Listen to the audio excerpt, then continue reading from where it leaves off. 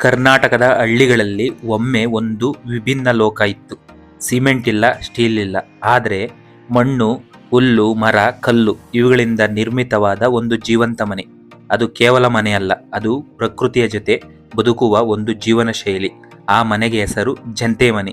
ಇವತ್ತು ನಾವು modern technology ಅಂತ ಹೆಮ್ಮೆ ಪಡುವ ಹಲವಾರು ಕಾನ್ಸೆಪ್ಟ್ಸ್ಗಳು ಸಾವಿರಾರು ವರ್ಷಗಳ ಹಿಂದೆ ನಮ್ಮ ಪೂರ್ವಜರು ಆಲ್ರೆಡಿ ಬಳಸ್ತಿದ್ರು. ಕರ್ನಾಟಕ ಒಂದು ವೈವಿಧ್ಯಮಯ ಸಂಸ್ಕೃತಿ ಭೂಮಿ. ಪ್ರತಿ ಪ್ರದೇಶಕ್ಕೂ ತನ್ನದೇ ಆದ ಮನೆ ಶೈಲಿ ಇದೆ. ಮಲೆನಾಡು ಪ್ರದೇಶಗಳಲ್ಲಿ ತೊಟ್ಟಿ ಮನೆ, ಕರಾವಳಿಯಲ್ಲಿ ಗುತ್ತು ಮನೆ, ಕೊಡಗು ಪ್ರದೇಶದಲ್ಲಿ ಐನ್ ಮನೆ. ಆದರೆ ಮಧ್ಯ ಕರ್ನಾಟಕದಲ್ಲಿ ಒಂದು ವಿಶಿಷ್ಟ ಮನೆ ಶೈಲಿ ಬೆಳೆಯಿತು, ಅದೇ ಜಂತೆ ಮನೆ.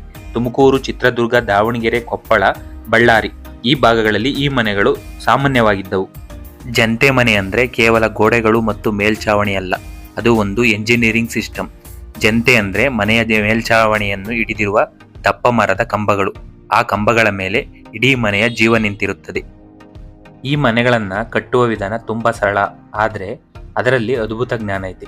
ಇದಕ್ಕೆ ಪಾಯ ಹಾಕ್ಬೇಕಾದ್ರೆ ಕಲ್ಲು, ಜೇಡಿ ಮಣ್ಣು ಇವನ್ನೆಲ್ಲ ಅದರೊಳಗೆ ತುಂಬಿ ಅದನ್ನು ಸಮ ಮಾಡ್ಕೊಂಡು, ಆಮೇಲೆ ಮುಖ್ಯವಾಗಿ ಕಂಬಗಳು, ಬಲವಾದ ಮರದ ಕಂಬಗಳನ್ನು ನೆಲದಲ್ಲಿ ಗಟ್ಟಿಯಂಗೆ ನೆಡುತ್ತಿದ್ರು ಸುತ್ತ ಗೋಡೆ ಕಟ್ಕೊಂಡು.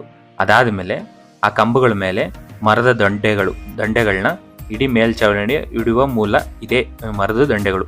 ಈ ರೂಫ್ ಲೇಯರಿಂಗ್ ಸಿಸ್ಟಮ್ ಹೇಗಾಗ್ತು ಅಂತಂದರೆ, ಈ ಮರದ ಸಣ್ಣ ಸಣ್ಣ ಕಟ್ಟೆಗಳನ್ನು ಅದ್ರ ಮೇಲೆ ಹಾಕ್ಬಿಟ್ಟು ಅದ್ರ ಮೇಲೆ ಈ ಬಾದೆ ಹುಲ್ಲಿನ ಅದ್ರ ಮೇಲೆ ಹಾಕಿ, ಜೇಡಿ ಮಣ್ಣ ಅದ್ರ ಮೇಲೆ ಹಾಕಿ ಚೆನ್ನಾಗಿ ಅದನ್ನ ಸಮ ಮಾಡಿ ಮೇಲೆ ಇನ್ನೂ ಒಂದು ಎಳ್ಳೆಯರು ಜೇಡಿ ಮಣ್ಣು ತುಂಬ್ತಿದ್ರು. ಈ ಮನೆಗಳ ವಿಶೇಷತೆ ಏನಂದರೆ, ಹವಾಮಾನಕ್ಕೆ ತಕ್ಕಂತೆ ತಾವೇ ಅಡ್ಜಸ್ಟ್ ಆಗೋದು.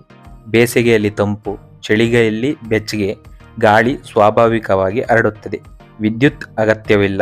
ಇವತ್ತಿನ AC ಮನೆಗಳಿಗೆ ಇದು ಒಂದು ನ್ಯಾಚುರಲ್ ಆಲ್ಟರ್ನೇಟಿವ್ ಆಗಿತ್ತು. ಆದರೆ ಇವು ಪರ್ಫೆಕ್ಟ್ ಅಲ್ಲ.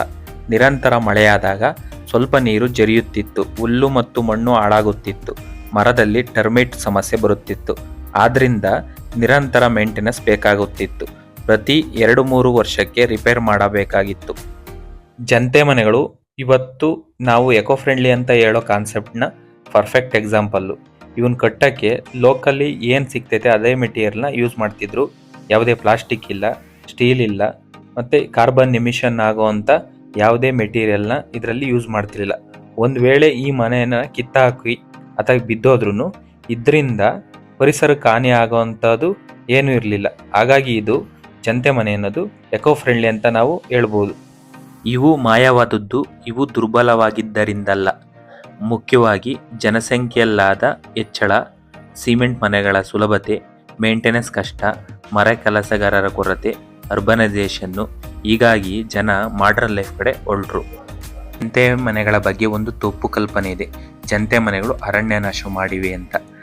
ಆದರೆ ಆಗಿನ ಕಾಲದಲ್ಲಿ ಮರ ಬಳಕೆ ತುಂಬ ಕಡಿಮೆ ಇತ್ತು, ಹಂಗಂದರೆ ನಿಯಂತ್ರಿತವಾಗಿತ್ತು. ಯಾಕೆಂತಂದರೆ ಜನಸಂಖ್ಯೆ ಕಡಿಮೆ ಇತ್ತು. ಆ ಮರಗಳನ್ನ ಸ್ಥಳೀಯವಾಗಿ ಏನಿದ್ವು ಅವನ್ನೇ ಬಳಸ್ತಿದ್ರು, ಆಚೆ ಕಡೆಯಿಂದ ಏನು ತರಿಸ್ಕೊಳ್ತಿರ್ಲಿಲ್ಲ. ಆದರೆ ಈಗಿನಾಗೆ ದೊಡ್ಡ ನಗರಗಳು ಅಭಿವೃದ್ಧಿಯಾಗಿ ಇಂಡಸ್ಟ್ರಿಯಲ್ ಇರ್ಬೋದು, ಇನ್ಫ್ರಾಸ್ಟ್ರಕ್ಚರ್ ಇರ್ಬೋದು, ಅವೆಲ್ಲ ಡೆವಲಪ್ಮೆಂಟ್ ಆಗಿ ಮರಗಳ ಬಳಕೆ ತುಂಬ ಇರೋದ್ರಿಂದ ಕಾಡು ನಾಶ ಆಗ್ತಿದೆ. ಬಿಟ್ಟರೆ ಆಗ ಜನಸಂಖ್ಯೆ ಕಡಿಮೆ ಇರೋದ್ರಿಂದ ಜಂತೆ ಮನೆಗಳಿಗಿಂತನೇ ಅರಣ್ಯ ನಾಶ ಆಗಿದೆ ಅಂತ ಹೇಳೋದು ತಪ್ಪು. ಇವತ್ತು ಜಂತೆ ಮನೆಗಳು ತುಂಬ ಅಪರೂಪ. ಕೆಲ ಹಳ್ಳಿಗಳಲ್ಲಿ ಮಾತ್ರ ಉಳಿದಿವೆ. ಬಹುತೇಕ ಮನೆಗಳು ಮಾಡರ್ನೈಸ್ ಆಗಿವೆ. ಒರಿಜಿನಲ್ ಸ್ಟ್ರಕ್ಚರ್ ಹಾಳಾಗುತ್ತಿದೆ. ಇದು ಒಂದು ಡಿಸಪೇರಿಂಗ್ ಹೆರಿಟೇಜ್. ಜಂತೆ ಮನೆಗಳು ಕೇವಲ ಮನೆಗಳಲ್ಲ, ಅವು ನಮ್ಮ ಪರಿಸರ ಜ್ಞಾನ, ನಮ್ಮ ಸಂಸ್ಕೃತಿ ಮತ್ತು ನಮ್ಮ ಬದುಕಿನ ಶೈಲಿ. ಇವನ್ನು ಉಳಿಸುವುದು ನಮ್ಮ ಜವಾಬ್ದಾರಿ. ಇಂತಹ ಹೆರಿಟೇಜ್ ಸ್ಟೋರಿ ನಿಮಗೆ ಇಷ್ಟವಾದರೆ ಸಪೋರ್ಟ್ ಮಾಡಿ. ನಮ್ಮ ಪ್ರಕೃತಿ ಪ್ರಯಾಣಿಕ ಯೂಟ್ಯೂಬ್ ಚಾನಲನ್ನು ಸಬ್ಸ್ಕ್ರೈಬ್ ಮಾಡಿ. ಅರಸಿ ಆರೈಸಿ. ಪ್ರಕೃತಿಯ ಪರಮಾತ್ಮ. ಧನ್ಯವಾದಗಳು.